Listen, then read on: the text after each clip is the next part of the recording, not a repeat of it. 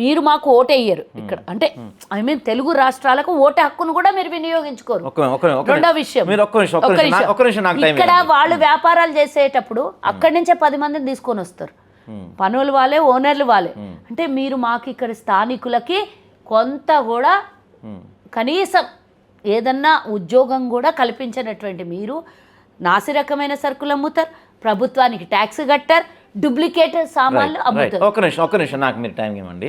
మీరు ఇందా నేను చెప్తున్నారు నాసిరకం సామాన్లు అమ్ముతున్నారు, ప్రభుత్వానికి ట్యాక్స్ కట్టారు. అధికారంలో ఉంది మీరేగా. నాసిరకం వస్తువులు అమ్ముతుంటే ఈ గోబ్యాక్ ఈ నదులని పక్కన పెట్టేసి ఎవరెవరు నాసిరకం వస్తువులు అమ్ముతున్నారు వాళ్ళు మొత్తం సీజ్ చేయకుండా ఎందుకున్నారు? తప్పకుండా చేయాలి. మేము కూడా ప్రభుత్వానికి, నేను ప్రభుత్వంలో ఉన్నా కూడా మా ప్రభుత్వానికి నేను విన్నవించుకుంటున్నాను. ఆల్రెడీ మీరు మొదలైన దగ్గర నుంచి ఇప్పటివరకు ఎన్ని షాపుల పైన దాడులు జరిగాయి, ఎన్ని సీజ్ చేశారు? ఒక్క వాళ్ళ మీద కాదు, మొత్తం ఓవరాల్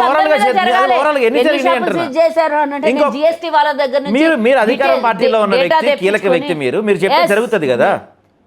నేను చెప్పింది జరగొద్దు. అక్కడ న్యాయమైనటువంటి అధికారులు చేయాల్సిన పని వాళ్ళ బాధ్యతతోని వాళ్ళు నిర్వర్తించాలి అని నేను చెప్తున్నా.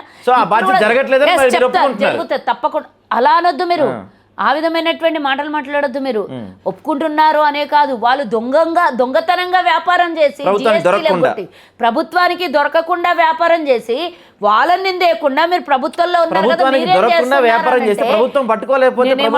మాధవీలత అనే వ్యక్తి కానీ, బండి సంజయ్ కానీ వీళ్ళందరూ కేంద్రంలో నుంచి కూడా, కేంద్రంకు కూడా జిఎస్టీ పోతుంది కదా, వాళ్ళు ఎందుకు దాని మీద మాట్లాడలేదు చెప్పండి? మీరు వాళ్ళకి ఎందుకు అడగరు?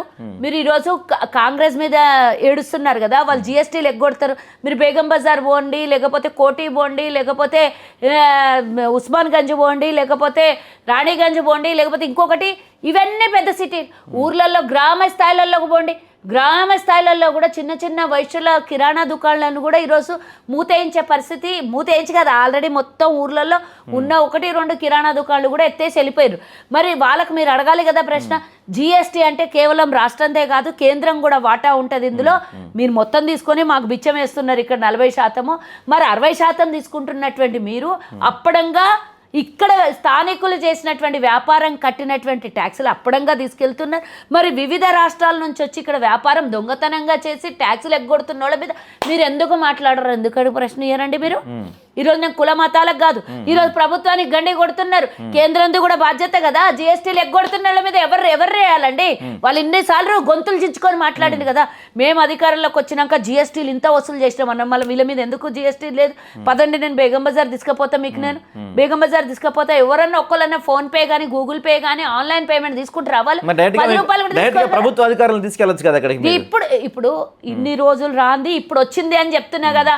వచ్చిన తర్వాత ప్రభుత్వం కూడా దీని మీద పూర్తి స్థాయిలో దృష్టి పెడుతుంది కదా తప్పకుండా. ఎందుకంటే నేను కూడా ప్రభుత్వాన్ని విన్నవించుకుంటున్నా. ఇప్పుడు అట్ ద సేమ్ టైం ఎందుకు వెళ్ళిందో బయటికి, మంచి కోసమే వెళ్ళింది కదా. ఒక దళితుడిని కొట్టిన తర్వాత ఆ దళితుని రూపంలో ఈరోజు తెలంగాణ మేల్కొల్పు మరోసారి వచ్చినట్టుంది.